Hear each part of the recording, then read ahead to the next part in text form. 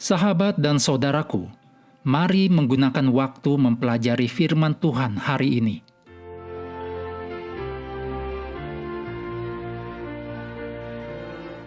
Rabu 10 September, judulnya Murka Allah yang Benar.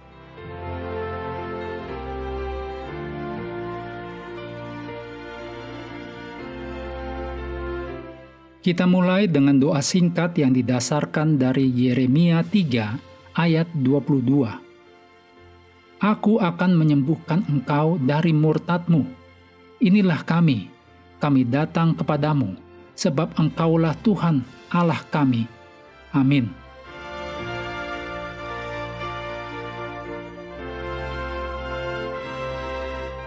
Dalam Keluaran 32 ayat 9-29, dicatat reaksi Musa terhadap ancaman Allah untuk membinasakan Israel.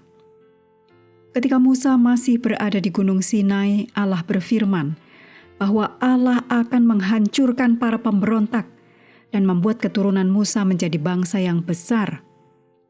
Namun, bukan itu yang diinginkan Musa.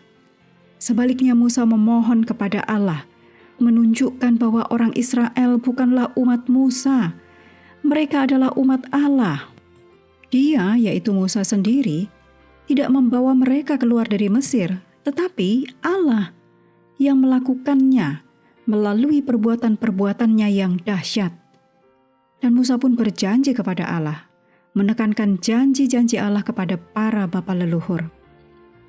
Musa benar-benar bertindak sebagai perantara atau syafaat antara Allah dan manusia. Sesudah menyesallah Tuhan karena malapetaka yang dirancangkannya atas umatnya, Keluaran 32 ayat 14, Musa kembali kepada bangsa itu.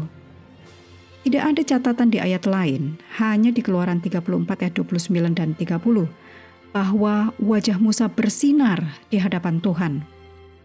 Wajah Musa mungkin saja mencerminkan kemarahannya. Dalam Keluaran 32 ayat 19 dituliskan, dan ketika ia dekat ke perkemahan itu, dan melihat anak lembu dan melihat orang menari-nari, maka bangkitlah amarah Musa. Dilemparkannya kedua loh itu dari tangannya, dan dipecahkannya pada kaki gunung itu. Memecahkan loh-loh yang berisi dekalog atau berisi perintah Tuhan adalah tanda eksternal, dapat terlihat secara luar, bahwa itu juga memecahkan isinya. Tuhan menegur Musa karena hal itu. Tetapi kemudian Tuhan memerintahkan Musa untuk memahat dua loh untuk menggantikan loh yang pertama yang telah kau pecahkan itu. Ulangan 10 ayat 2. Tuhan sendiri yang akan menulis ulang perintah-perintah tersebut. Musa menegur Harun dengan tajam karena menyerah pada tuntutan umat.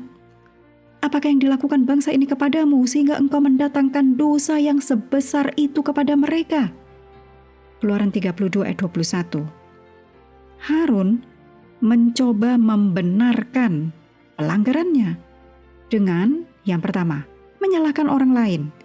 Dan yang kedua, dengan mengatakan ada sihir. Aku melemparkannya ke dalam api, dan keluarlah anak lembu ini. Keluaran 32 ayat 24. Yang memperburuk keadaan adalah Harun sendiri sangat dihormati oleh Tuhan karena telah diberi banyak hak istimewa, termasuk naik ke gunung bersama Musa dan 70 orang tua-tua. Keluaran 24 ayat yang pertama. Sungguh sebuah ironi yang tragis.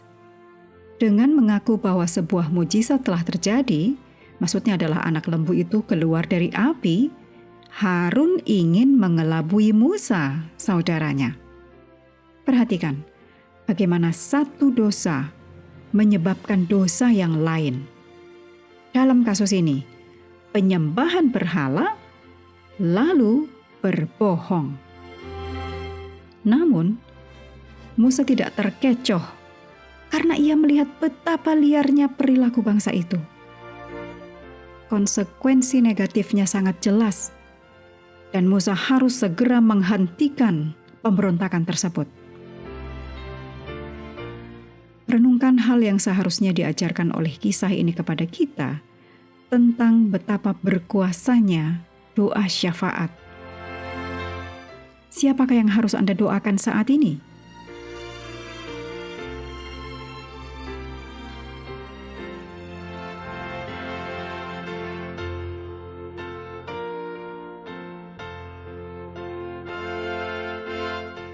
Mengakhiri pelajaran hari ini, mari kembali ke ayat inti, Keluaran 32 ayat 31 dan 32. Lalu kembalilah Musa menghadap Tuhan dan berkata, "Ah, bangsa ini telah berbuat dosa besar, sebab mereka telah membuat Allah emas bagi mereka. Tetapi sekarang, kiranya Engkau mengampuni dosa mereka itu, dan jika tidak, hapuskanlah kiranya namaku dari dalam kitab yang telah Kau tulis."